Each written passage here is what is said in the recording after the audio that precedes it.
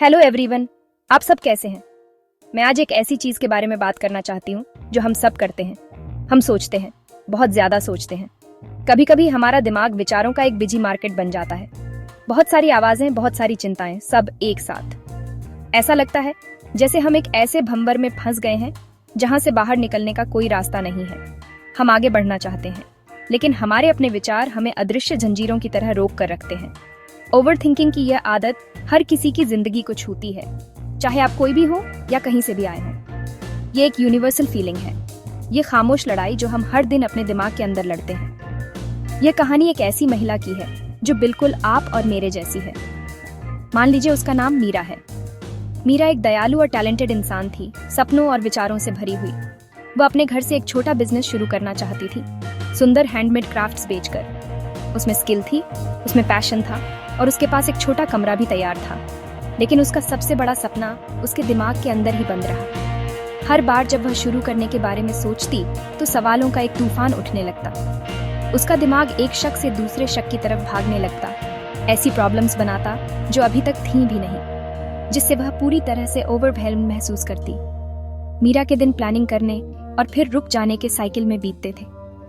वह अपने online store की कल्पना करती, अपने प्रोडक्ट्स की सुंदर तस्वीरों की और खुश कस्टमर्स की। लेकिन फिर डर घुस आता। क्या होगा अगर कोई कुछ नहीं खरीदता? क्या होगा अगर लोग मेरे काम पर हंसेंगे?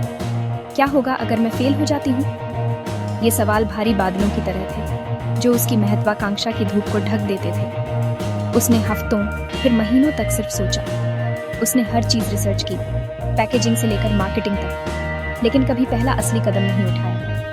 सुंदर क्राफ्ट सप्लाईज एक कोने में धूल खाती पड़ी थी, ठीक उसके सपनों की तरह। बिना कुछ किए सिर्फ सोचने का यह अंतहीन साइकिल एक जाल है। यह हमें सेफ महसूस कराता है क्योंकि हम फेल होने के रिस्क का सामना नहीं कर रहे होते, लेकिन यह हमें कोशिश करने की खुशी का अनुभव करने से भी रोकता है। हम अपने ही दिमाग के कैदी बन जाते हैं। क्या होगा अगर की दुनिया में विनय है, क्या है की बजाय हम खुद को यकीन दिलाते हैं कि हमें ज्यादा जानकारी, ज्यादा प्लानिंग या शुरू करने के लिए बेहतर समय चाहिए। लेकिन सच ये है कि जिस परफेक्ट मोमेंट का हम इंतजार कर रहे होते हैं वह अक्सर कभी नहीं आता। हमें बस उसे बनाना होता है, वह पहला, आसान और अक्सर फिरावना कदम उठाकर।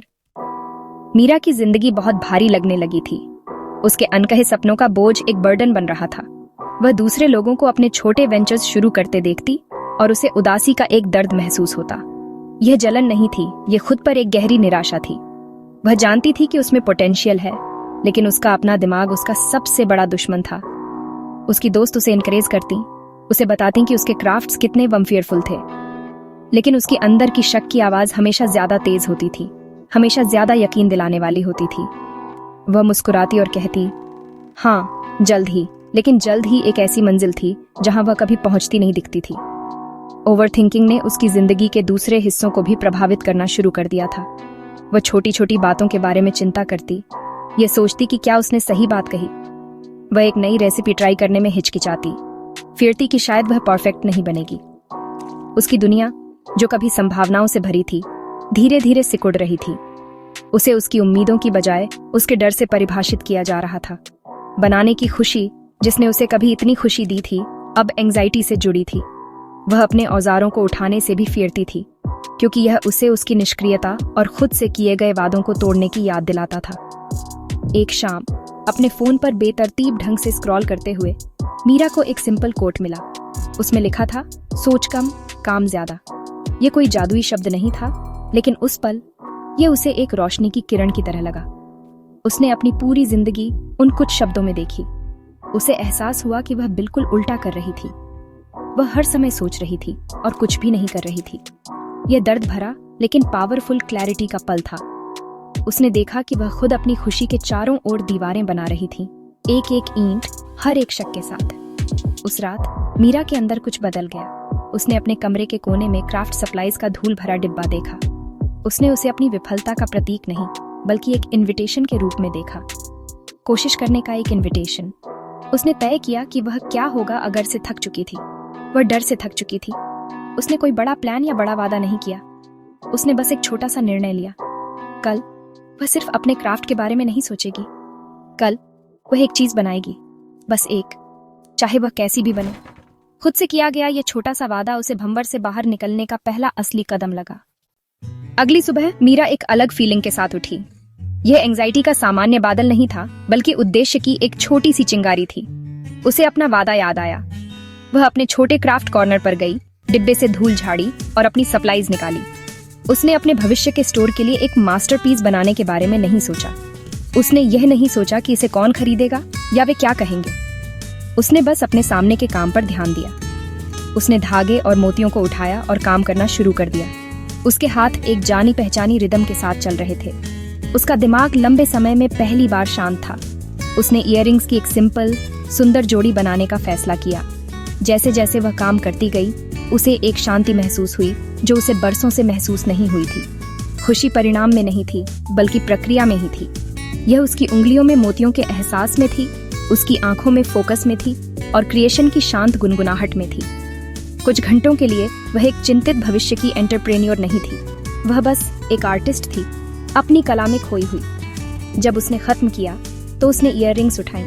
वे परफेक्ट नहीं थी, लेकिन वे असली थी। वे कुछ ऐसा था जो उसने बनाया था, न कि सिर्फ सपना देखा था। करने का यह छोटा सा काम पॉजिटिव फीलिंग्स का एक सैलाब ले आया।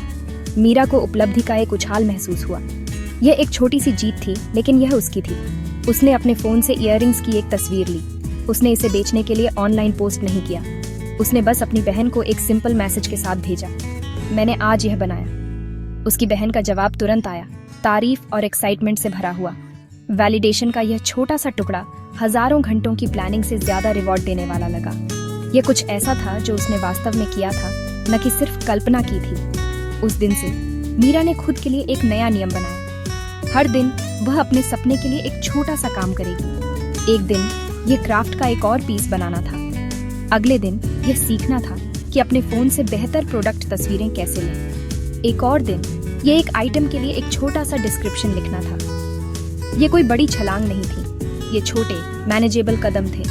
वह अपने बड़े फिरावने सपने को छोटे करने लायक कामों में तोड़ रही थी। वह आखिरकार आगे बढ़ रही थी, एक बार में एक छोटा सा काम, अपने ओवरथिंकिंग दिमाग को पीछे छोड़ते हुए।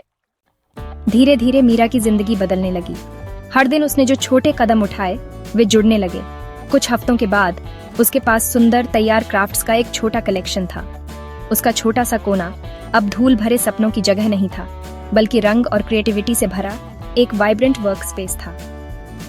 फेल होने का डर पूरी तरह से गायब नहीं हुआ था, लेकिन अब उसमें उसे पैरालाइज करने की शक्ति नहीं थी। उसके हर आइटम को पूरा करने के साथ उसका कॉन्फिडेंस बढ़ता गया। वह सिर्फ प्रोडक्ट्स की इन्वेंट्री ही नहीं, बल्कि सेल्फ बिलीफ का एक भंडार भी बना रही थी। यह बदलाव सिर्फ बाहरी नहीं था। मीरा खुद को हल्का और खुश महसूस कर रही थी। चिंता की लगातार मानसिक बकवास की जगह वर्तमान पल पर एक शांत फोकस ने ले ली थी। वह ज्यादा मुस्कुराती थी। उसने अपनी जिंदगी के दूसरे क्षेत्रों में भी नई चीजें ट्राई करना शुरू कर दिया था। उसने उस नई रेसिपी को बिना परफेक्शन की चिंता किए पकाया। उसने एक वीकेंड योगा क्लास ज्वाइन की, जिसके बारे में वह महीनों से सोच रही थी।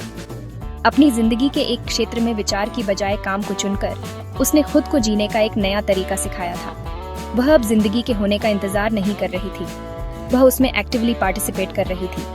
आखिरकार वह दिन आया जब मीरा तैयार महसूस करने लगी। उसने सोशल मीडिया पर एक सिंपल पेज बनाया और अपनी क्रिएशंस की तस्वीरें पोस्ट की। वह नर्वस थी, लेकिन यह एक एक्साइटेड नर्वसनेस थी, पहले वाला अपंग कर देने वाला डर नहीं। ओनर डर आने लगे, पहले धीरे धीरे और फिर ज्यादा लगातार। लोगों को उसका काम पसंद आया, लेकिन मीरा के लिए असली सफलता सेल्स की संख्या में नहीं थी।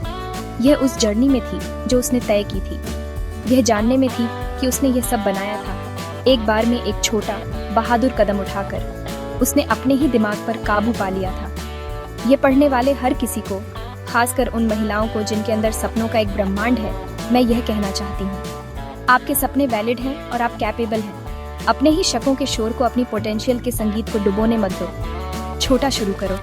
आज एक काम करो जिसके लिए आपका भविष्य का मैं आपको धन्यवाद देगा। परफेक्ट मोमेंट का इंतजार मत करो।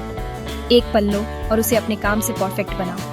आपको पूरी सीढ़ी देखने की जरूरत नहीं है, बस पहला कदम उठाओ। थोड़ा कम सोचो और थोड़ा ज्यादा करो। आप हैरान रह जाओगे कि आप कितनी दूर जा सकते हो।